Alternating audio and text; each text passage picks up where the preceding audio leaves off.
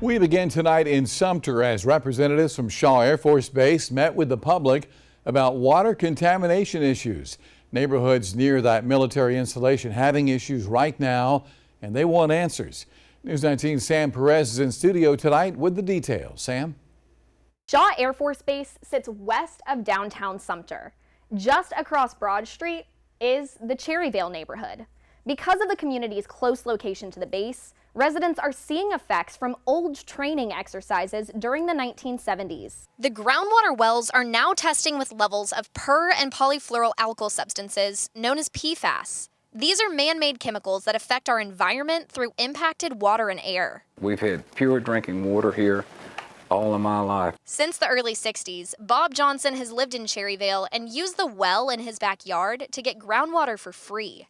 Now the Sumter community's water is contaminated with what are called forever chemicals, known as PFAS and PFOA. My general concerns are what it's doing to people's health now, what it's going to do to people's health in the future, what it's done to our property values. Asking these questions is why residents showed up to Monday's annual Restoration Advisory Board meeting. The meeting started with a presentation on what Shaw Air Force Base is doing to mitigate and assess the environmental damage, which came from firefighting foam similar to this used in exercises in the 1970s. Now, the chemicals used in that foam are seeping into the ground, affecting communities outside of the base. There's so many wells, and we're so adamant about trying to get into the community off the Air Force Base to get wells to test, to give us better models to find out how it's acting underground. Colonel Matthew Davis with Shaw says 250 wells have been tested so far. Representatives with the base say they're still trying to draw a line to figure out the area that's being affected,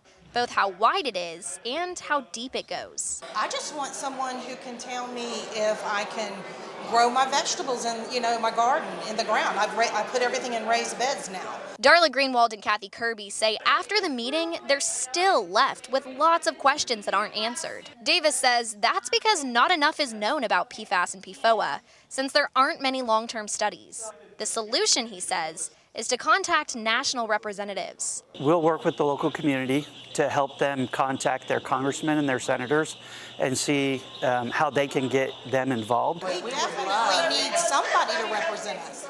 Somebody who's got our side. Reporting in studio, Sam Perez, News 19 WLTX. Sam, thank you. Taking a closer look now at PFAS. They are synthetic chemicals that have been used since the 40s. They're found in a number of consumer and industrial products. The EPA says the chemicals get released into the air, soil, and water. These forever chemicals are heat, oil, stain, and water resistant. They take a long time to break down. Now, back in March, DHEC held a meeting to discuss newly proposed public water standards. It came after the EPA announced plans to limit the levels of those forever chemicals. The new rules will require water utilities to monitor, test, and treat water that contains more than a certain level of the chemicals.